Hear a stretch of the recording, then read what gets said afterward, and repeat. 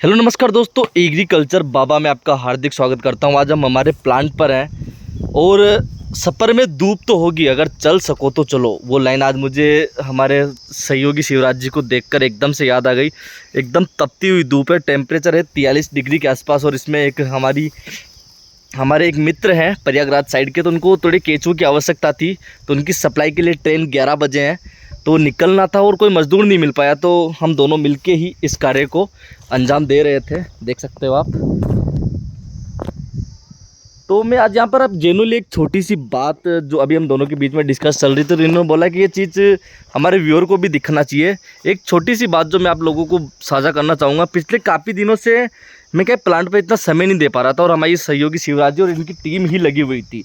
तो 3-4 जगह हम जैसे कि जेनुअली ऑर्गेनिक खेती को बढ़ावा देने के लिए ये नहीं देखते कि हमें क्या करना है क्या नहीं करना, और अगर कहीं दूर जाना है और वहाँ पर बजट खर्च हो रहा है और वहाँ पर रिकवरी नहीं हो रही, इन सब चीज़ों को साइड में रखकर हम लोगों की भावना से वहाँ पर जाते हैं, सोचते हैं कि ऑर्गेनिक खेती में आगे बढ़ेंगे। लेकिन पिछले 3-4 बार लोगों का ऐसा रिस्पॉन्स रहा, हम 200-300 किलोमीटर ट्रेवल करके उनके पास गए और उन लोगों ने हमें मतलब एक तरीके से वहाँ पे जाने के बाद पानी तक का नहीं पूछा।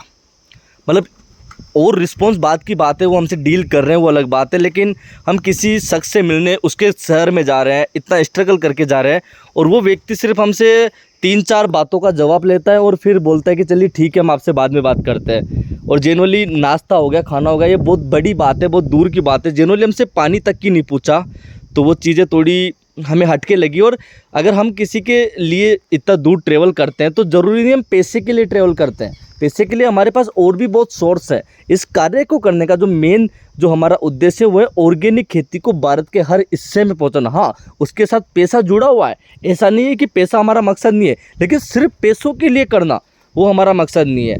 तो जेनुअली अगर आप कोई भी ऐसे क्वेश्चंस होते हो जो जनरल क्वेश्चंस होते हो, तो ये सीधा मैं कॉल पे ही पूछ सकते हो। वहाँ पर 200 किलोमीटर दूर बुलाकर फिर इस प्रकार का क्वेश्चन पूछना कि केचुए कैसे काम करते हैं और क्या नहीं करते, खाद डलता या नहीं डलता, चलिए ठीक है हम सोच के बताएंगे।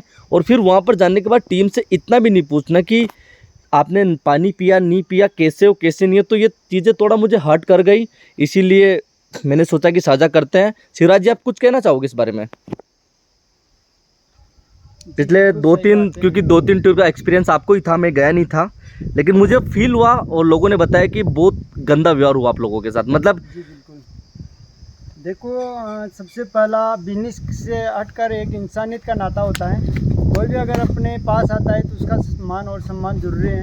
वो बाहर से आता है तो विश्वास के ऊपर ही सब कुछ आते हैं, तो सबको एक दूसरे का सम्मान करना चाहिए बिजनेस से हटकर। तो जनरली बस इतना कहना चाहूँगा कि ऑर्गेनिक की जो मुहिम है इसको आगे बढ़ाइए, न कि हमारी टीम के साथ अननेसेसरी जो ये परेशानी हुई इसके लिए मैंने टीम को भी अपनी तरफ से माफ़ी मांगी, क्योंकि मैं थोड़ा अपने दूसरे बिजनेस में बिजी था। चलिए ठीक है, फिर से एक नई शुरुआत करते हैं, क्योंकि ऑर्गेनिक खेती को तो मेरे अंतिम सांस तक मुझे आगे बढ़ाना है। जय हिंद दोस्तों।